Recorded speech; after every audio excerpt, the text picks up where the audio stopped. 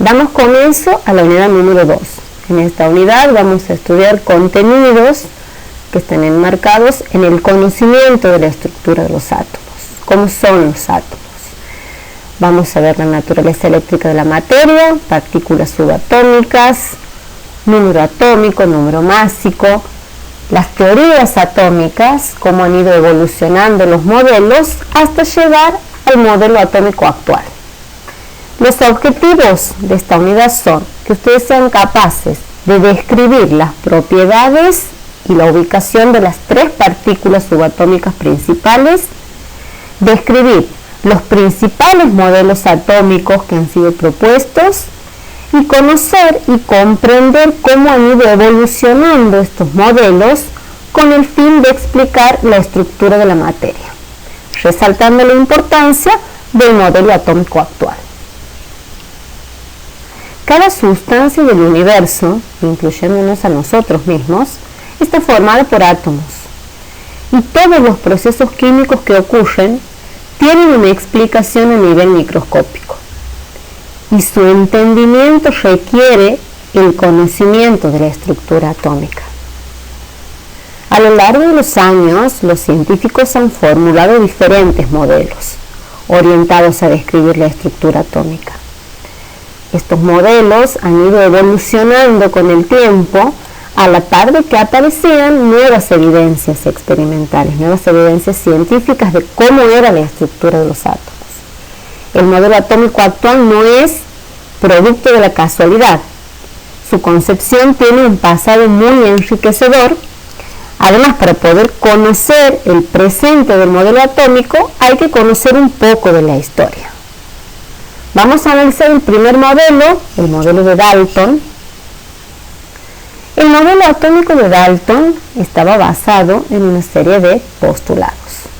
¿Qué era lo que establecían esos postulados? El primero, que todas las sustancias estaban formadas por átomos. El segundo, que esos átomos eran indivisibles. Tercero, que los átomos de un mismo elemento tenían la misma masa. El cuarto, que los átomos de elementos diferentes tenían masas diferentes y por lo tanto un peso distinto. El quinto, que los compuestos, las sustancias compuestas, resultaban de la combinación de átomos de elementos diferentes y que esa combinación siempre tenía lugar en proporciones de números enteros y pequeños. El último, el sexto, establecía que las reacciones químicas ocurrían cuando los átomos se separaban, se juntaban o se reacomodaban o reordenaban.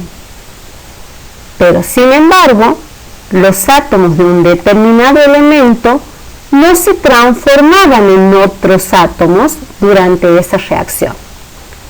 Fíjense que aquí hay los postulados 2, 3 y 4, están resaltados en rojo. Esto se debe a que más adelante, mediante evidencia experimental, se descubre que son falsos y se abandonan. El modelo de Dalton, en síntesis, ¿qué es lo que nos indica? Primero, que la materia es corpuscular y está formada por esferas sólidas. Segundo, que átomos de diferentes elementos, fíjense, tienen diferente masa. Eso aquí está ilustrado a través no solo de esferas de diferente tamaño, sino también de diferente color. Y que en una reacción química hay reordenamiento de átomos. ¿Qué significa esto? Esto tiene que ver con el último de los postulados que decía que en una reacción química, un átomo de un determinado elemento no se transformaba en un átomo de otro elemento. Eso se ilustra aquí de la siguiente manera. Fíjense, antes de la reacción tenemos un átomo que está representado por esa esfera roja. Luego de la reacción sigue estando ese átomo representado por la esferita roja. Lo que ha cambiado es su reordenamiento. ¿Eso qué significa? Que el átomo sigue siendo el mismo. Ha cambiado su reordenamiento, ha cambiado la sustancia que forma, de la cual forma parte ese átomo rojo, pero el átomo sigue siendo el mismo. Hacia fines de 1890, Thomson descubre la existencia de partículas con carga negativa en la constitución del átomo, a las cuales denomina electrones, y que lo lleva a postular en 1904 un nuevo modelo atómico. En este modelo, Thomson describe al átomo como una esfera que tiene carga positiva, y esta carga positiva está uniformemente distribuida. Los electrones se encuentran incrustados dentro de la masa con carga positiva. La cantidad de electrones es la necesaria para neutralizar las cargas positivas presentes de forma tal que el átomo resulte neutro. Este modelo, así como las evidencias experimentales que lo originan, lo que hacen es abatir el segundo postulado de Dalton, ese que estaba señalado en rojo como les comentaba, que sostenía que los átomos eran indivisibles. ¿Y por qué lo abate? Porque aparece el electrón como una partícula subatómica. El átomo se puede dividir y de hecho puede resultar de esa división una partícula con carga negativa. Los científicos continuaban investigando sobre la estructura atómica y las nuevas evidencias experimentales que obtenían no solo posibilitaban una mejor interpretación de la estructura atómica al momento, sino que además permitía entender ciertas evidencias de experimentos anteriores. En este continuo investigar sobre la estructura atómica, con las nuevas evidencias, Rutherford en 1911 propone un nuevo modelo atómico. De acuerdo al modelo propuesto por Rutherford, prácticamente toda la masa del átomo estaba concentrada en el núcleo, y ese núcleo era muy pequeño. Alrededor del núcleo se encontraban girando las cargas negativas, los electrones, que tenían una masa muy pequeña. De hecho, se podía considerar la masa de los electrones insignificante en comparación a la masa del núcleo. Pero sin embargo, ocupaban los electrones casi todo el volumen del átomo. Esto implicaba que el átomo era en gran parte espacio vacío. El modelo de Rutherford propone la existencia entonces de dos cargas: los protones, ubicados en el núcleo y que concentran casi toda la masa del átomo, y los electrones alrededor del núcleo ocupando el mayor volumen del mismo. Este modelo tenía algunos defectos. Por ejemplo, no especificaba la manera en la que estaban acomodados los electrones alrededor del núcleo.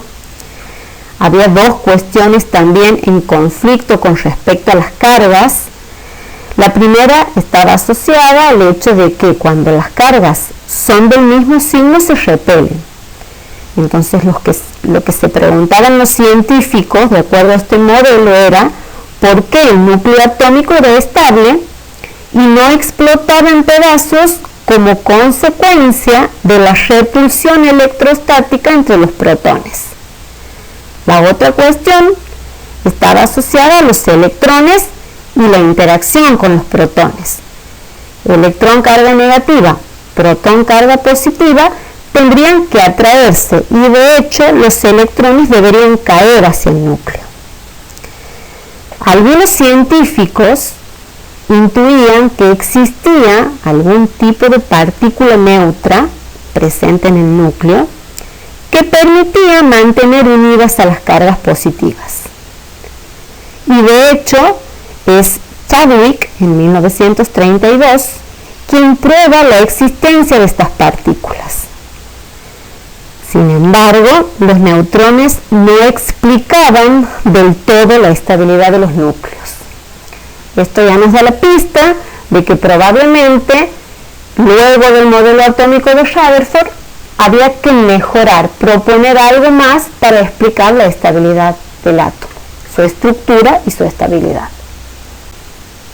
Con el modelo atómico desarrollado hasta aquí, podemos entonces identificar 3 partículas subatómicas. Los protones con carga positiva, los neutrones sin carga, que están ubicados en el núcleo, y los electrones con carga negativa, que se encuentran girando alrededor de este núcleo. Con estas partículas vamos a poder explicar la diferencia entre átomos de distintos elementos. ¿Cuál es esa diferencia? El número de partículas presentes de estas partículas.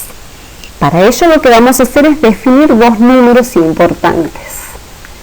Uno de ellos es el número atómico. El número atómico lo vamos a representar con la letra Z y nos indica el número de protones. En el caso de un átomo, como el átomo es neutro, la cantidad de protones es la misma que la cantidad de electrones. Con la letra A vamos a representar al número de masa o el número másico, que corresponde a la suma de protones más neutrones. A la hora de representar al elemento, la letra X está representando el símbolo del elemento al cual queremos describir, vamos a colocar como subíndice a la izquierda el número atómico y como superíndice también a la izquierda el número másico. Puede ocurrir que un determinado elemento tenga el mismo número de protones, por lo tanto el mismo número atómico, pero difieran esos átomos en la cantidad de neutrones.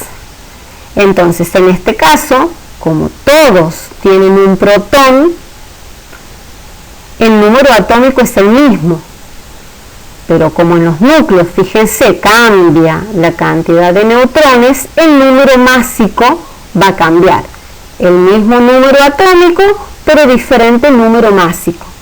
Los átomos que difieren en el número de neutrones y por lo tanto en su número másico se denominan isótopos.